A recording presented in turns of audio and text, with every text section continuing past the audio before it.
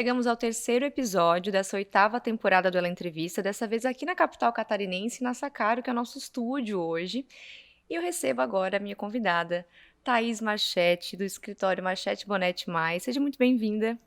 Muito prazer também, uma delícia a gente poder estar falando um pouquinho de tanto do que a gente tanto vivencia e tanto ama há tantos anos, né?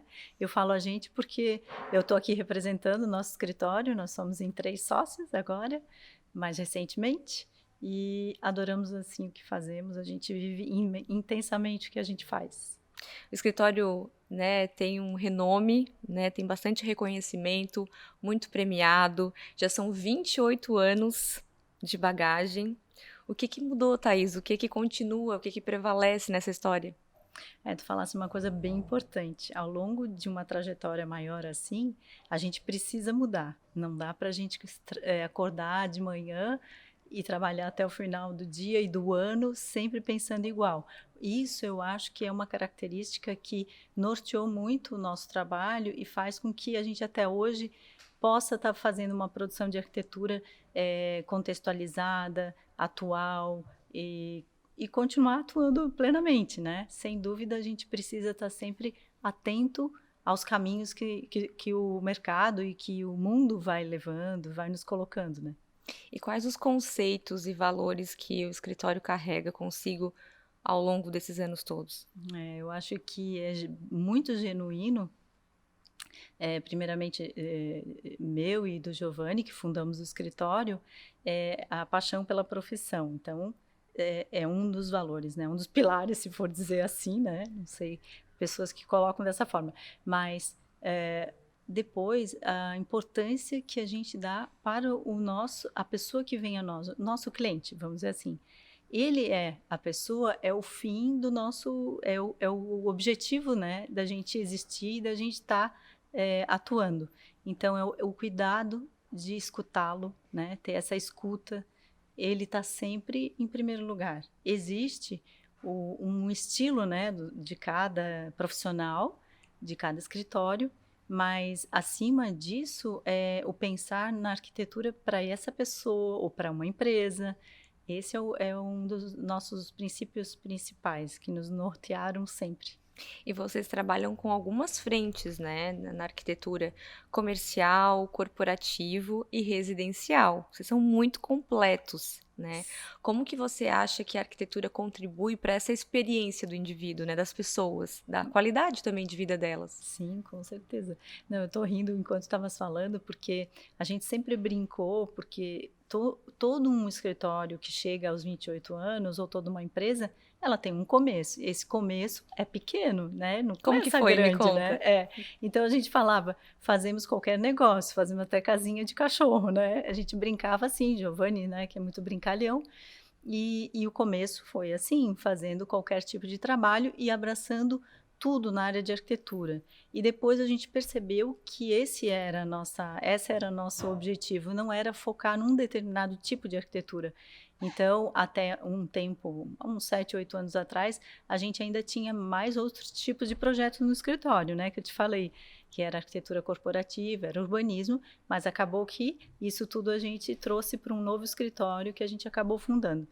Mas voltando agora para a Marchetti Bonetti, a gente acredita muito não vou dizer poder, né? Mas a capacidade que um espaço de arquitetura possa transformar, desde um ambiente comercial, possa trazer vida para um espaço que numa região da cidade era morto ou não tinha movimento, que ele tendo uso, tendo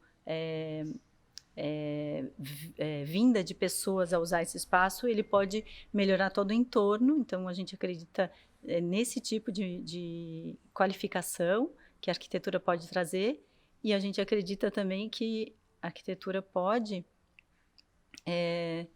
fazer com que uma família realize um sonho, que é morar num determinado espaço com ambientes pensados para como a família costuma ter os seus hábitos, acordar de manhã, todo mundo sentar junto em torno da mesa, ou ter um espaço para praticar um determinado esporte que a família toda ama. Enfim, é transformador. A gente, no dia a dia, acaba não se dando conta disso às vezes, né. Mas quando tu coloca essa pauta, é muito é bacana de entender isso, né, e passar isso também para as pessoas que é possível passar ou transformar, né, espaços ou até parte de cidades, né, porque uma casa ao lado de outra casa, depois ao lado de outra casa, ela cria uma pequena parte de uma cidade. Então qualificar uma cidade é uma das partes que mais, faz brilhar os olhos, né, do profissional. Tanto que o urbanismo é algo que cativa muito quando a gente está lá na universidade, eh, e depois poder imaginar que isso transforma uma parte de uma cidade, melhora a qualidade de vida das pessoas, é muito bacana. E tu falou aqui um termo, vou resgatar aqui, é brilhar os olhos. Enquanto você conversa comigo, eu vejo seus olhos brilhar quando fala de arquitetura, porque eu acho que a arquitetura realmente ela tem esse papel de mudar a vida da pessoa, de transformar aquela rotina, de trazer algo novo, né, de estar sempre compartilhando de momentos muito especiais daquela família. Como que é para ti hoje, ao longo aí desses 28 anos de estrada, olhar para esses teus clientes, para essas casas, né, e visualizar as pessoas felizes lá, muitas vezes, desfrutando de momentos únicos, né, a casa sendo palco de histórias, de vivências, de felicidade, de transformação. Como que é essa sensação, essa emoção, assim? Então, fala, né, dessa história. Realmente temos clientes até hoje, nós temos contatos com eles, isso é muito bacana. Temos clientes que, o filho já veio nos procurar para fazer projeto conosco também. Então, isso tudo vai, criando um cenário de uma historinha, né, acreditar que o que a gente lá no começo, trabalhou para poder chegar muito próximo do desejo do cliente, tem repercussão até os dias de hoje, né. Uhum. E aí tu te emociona ainda, assim, vendo esses trabalhos, essas pessoas convivendo, como que é? Não, com certeza, não tem como não. É um momento de muita felicidade mesmo. Eu falo empolgada porque, ter o retorno de um cliente que já foi atendido anteriormente, voltar, contar as vivências, as experiências que teve, é um momento que faz com que a gente acredite que a gente passou, fez uma trajetória, no caminho certo, né. Uhum. E aí a gente falou até agora de projetos residenciais. E aí Uhum. vocês têm essas outras frentes, né? Corporativos, comerciais. O que muda e o que prevalece entre uma coisa e outra?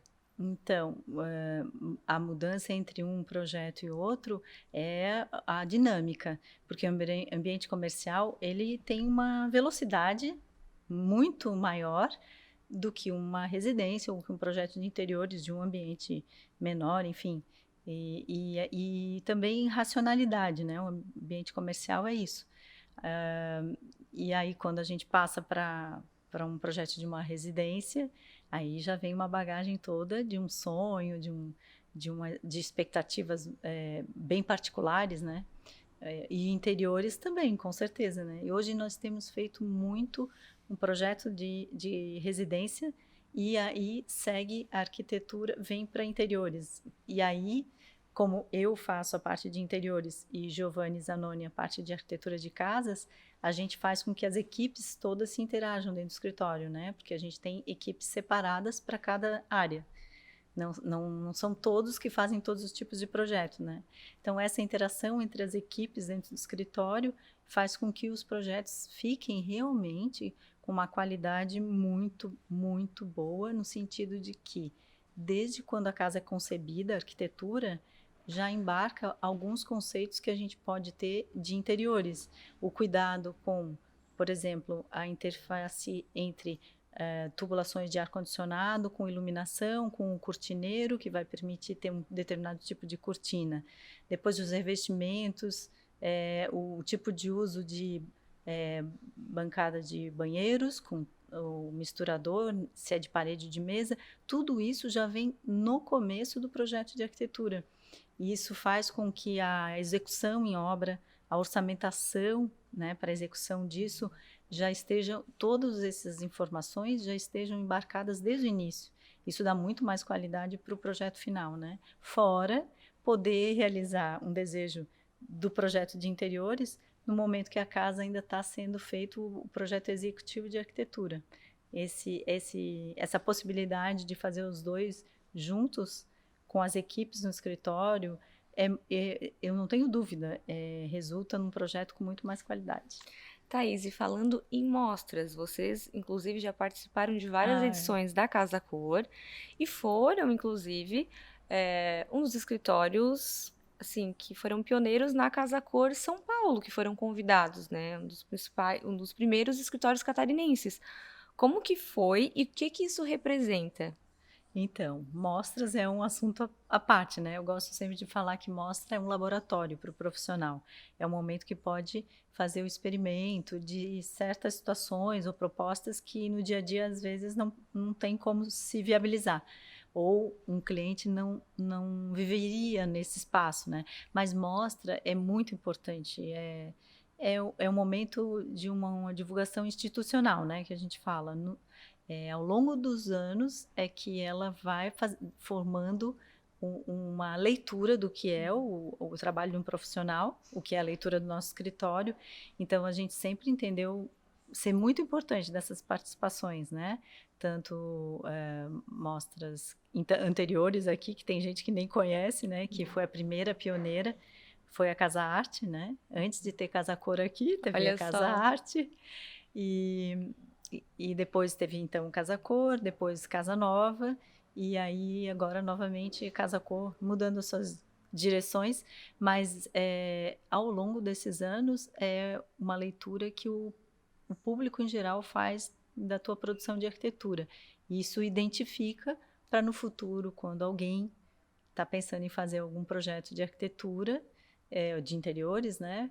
Ela consegue fazer a leitura. Olha, eu me identifiquei ao longo dos anos com a produção de tal escritório e aí, nesse momento, essa pessoa vem e te procura, né? Porque aí, nas mostras, é uma liberdade incrível de criar, onde vocês podem mostrar o DNA do escritório mesmo. Ou seja, o cliente às vezes não vem através de um outro projeto que você fez para um outro cliente. Não, ele vem pela verdade do Sim. escritório, pelo DNA raiz, digamos assim. Eu acho que tu falasse muito bem, é isso mesmo. Por isso que eu digo que é o laboratório, é onde a gente pode experimentar várias situações e pode mostrar o que realmente a gente acredita, o que a gente tem como traço, né? É isso mesmo. E como que é a repercussão, assim, depois de uma mostra Casa Cor?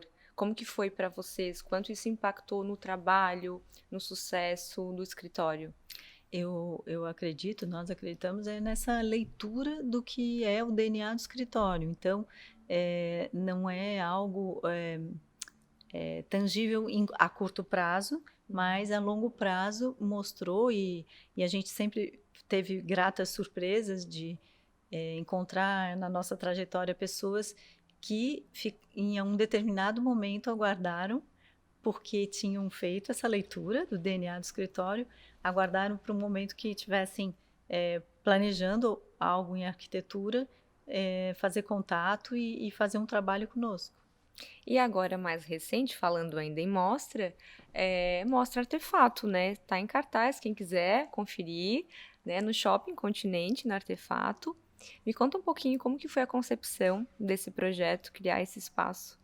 Então, foi pela terceira vez que a gente participa da Mostra Artefato e também existe essa liberdade e também existe um tema, que isso é muito interessante, né? Artefato sempre traz esse assunto em pauta e esse ano o tema é arquitetura modernista, né? Remetendo à Semana de Arte Moderna, na verdade, né? Uhum. E nada mais conectado do que trazer a linguagem do modernismo, que é um momento da arquitetura, da produção da arquitetura mundial e depois aqui no Brasil, traduzido muito pelo uso do concreto. E aí, usando essa pauta, a gente trouxe a presença do concreto para dentro do espaço. Em paralelo, o ladrilho, o azulejo, que a gente teve muito bem usado por grandes artistas no Brasil na década de 50, Atos Bulcão.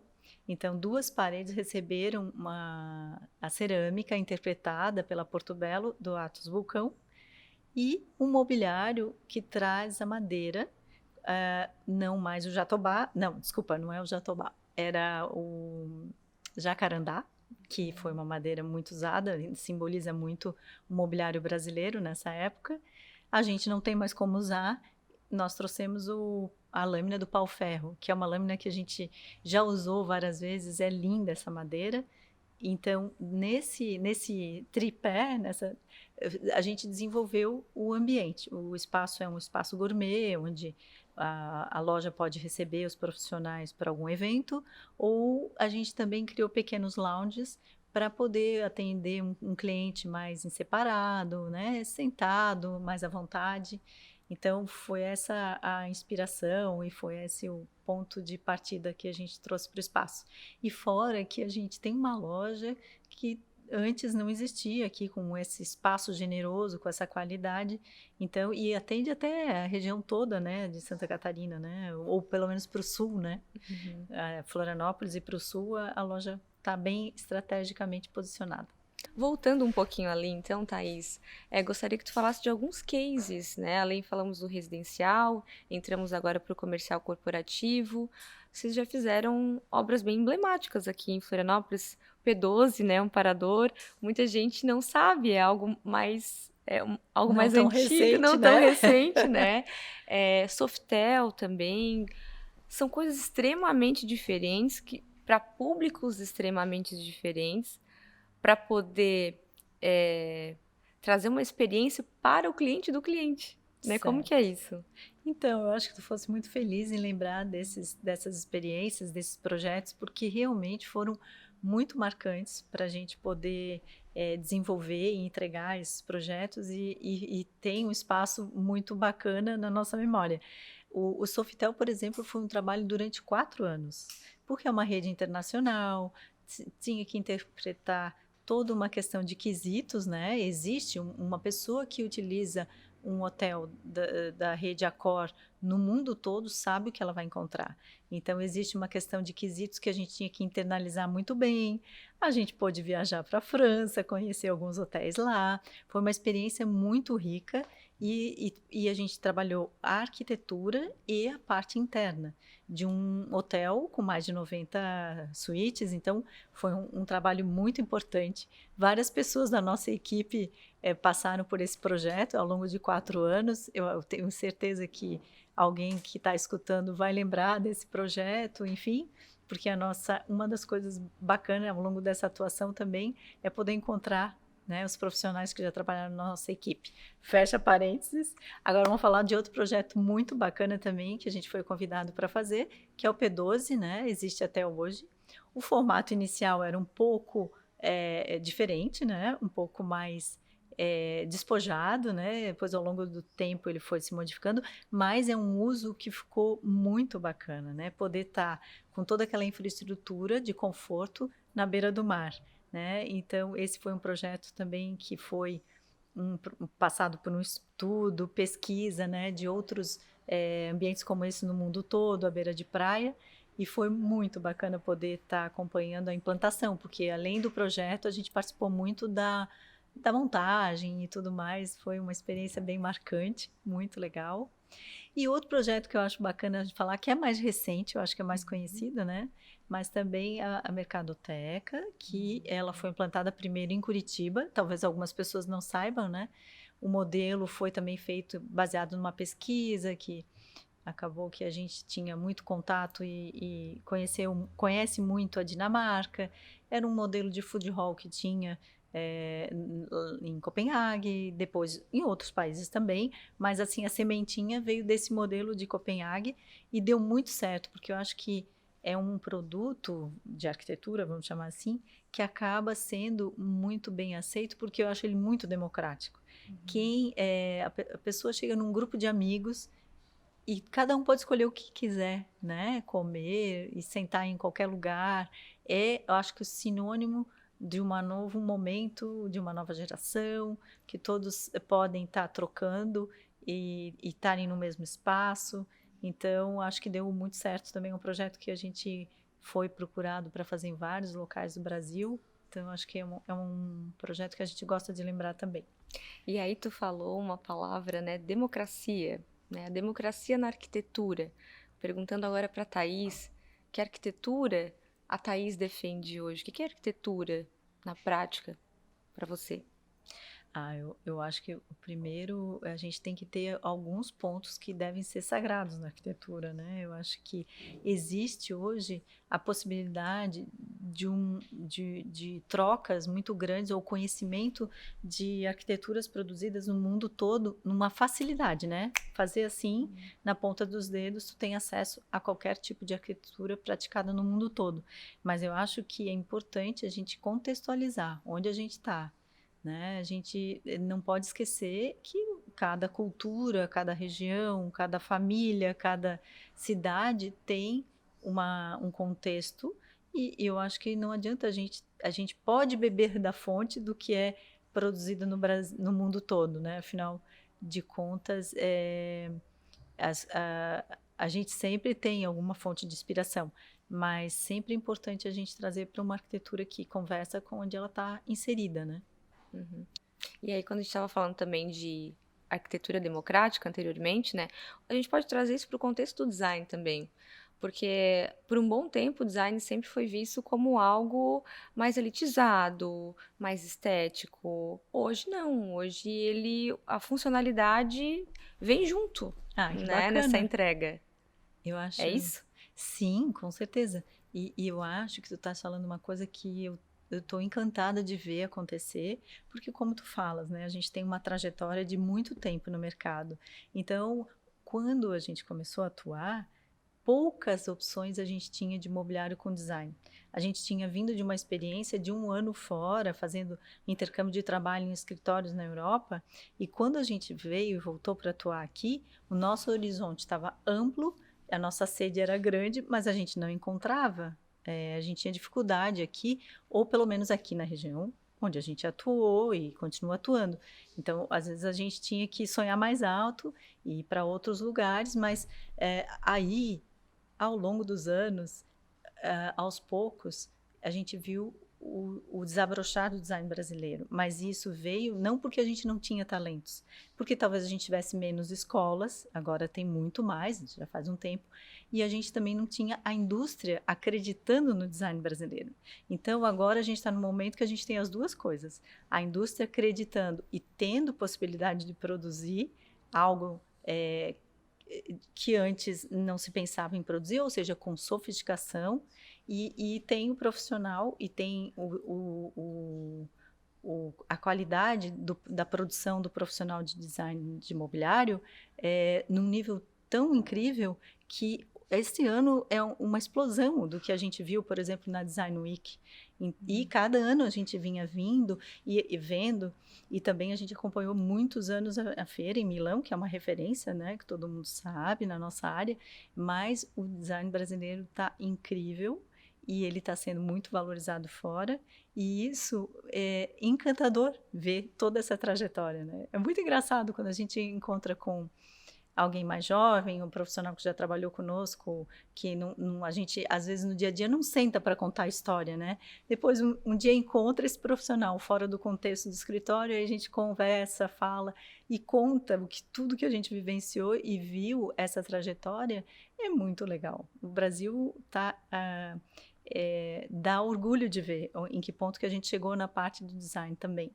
Mas a gente tem muito caminho ainda para fazer, porque tu mencionaste, né, no democrático, ainda a gente ainda quer ver esse design mais democrático ainda, sendo mais acessível ainda. A gente só precisa de tempo, eu acho que vai acontecer. A gente só precisa de uma trajetória, porque o Brasil é um país jovem ainda, né? Então, em outros países a gente já vê o design mais democrático, acessível, em todos os tipos de lojas, mas é porque isso leva um tempo para a indústria conseguir desenvolver de forma que tenha o design mais sofisticado e o que seja mais democrático, né? Então eu acredito que isso vai acontecer aqui também.